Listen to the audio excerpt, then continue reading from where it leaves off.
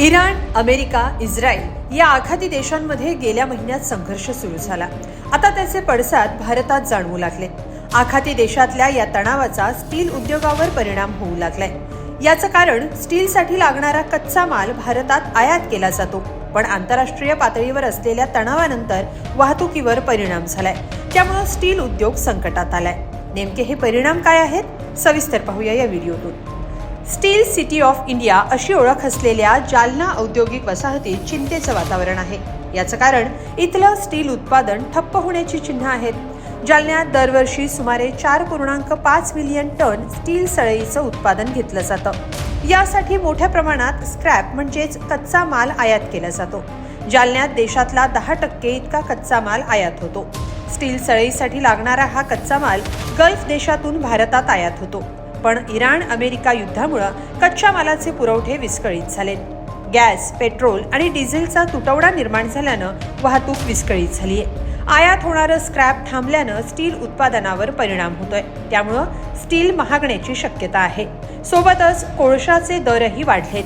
ही भर पडल्यानं स्टीलच्या दरात तब्बल 3,000 रुपयांची वाढ झालीय.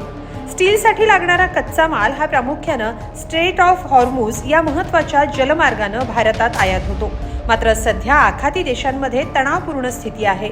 इराण आणि अमेरिकेचे एकमेकांवर होणारे हल्ले पाहता हवाई आणि समुद्र असे दोन्ही मार्ग वाहतुकीसाठी बंद ठेवण्यात आलेत. त्यामुळं कच्च्या मालाचा पुरवठा होत नाहीये.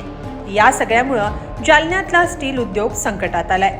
याबाबत स्टील उत्पादक काय म्हणाले, पाहूया. गैस का और पेट्रोल डीजल ये अपने बेसिक है जो लॉजिस्टिक के लिए और प्रोडक्शन के लिए लगते हैं.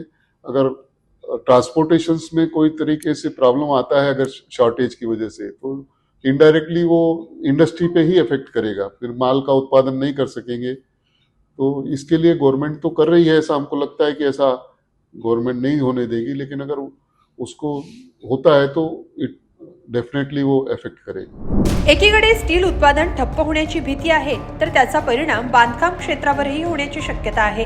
बांधकाम साहित्य महागण्याची चिन्ह आहेत. एकंदरीत आखाती देशातल्या युद्धाची झळ भारताला बसायला सुरुवात झालीय. गॅसची टंचाई निर्माण झाल्यानं हॉटेल व्यवसाय ठप्प होतोय. तर भारतातील जवळपास निम्म कच्चं तेल स्ट्रेट ऑफ हॉर्मुझ मार्गे आयात केलं जातं. या मार्गावरचा तणाव निवळला नाही तर क्रूड ऑइलच्या किमतीही वाढण्याची शक्यता आहे. या सगळ्याबाबत तुम्हाला काय वाटतं, कमेंटमध्ये नक्की लिहा आणि lokmat.com ला सबस्क्राईब करा. धन्यवाद.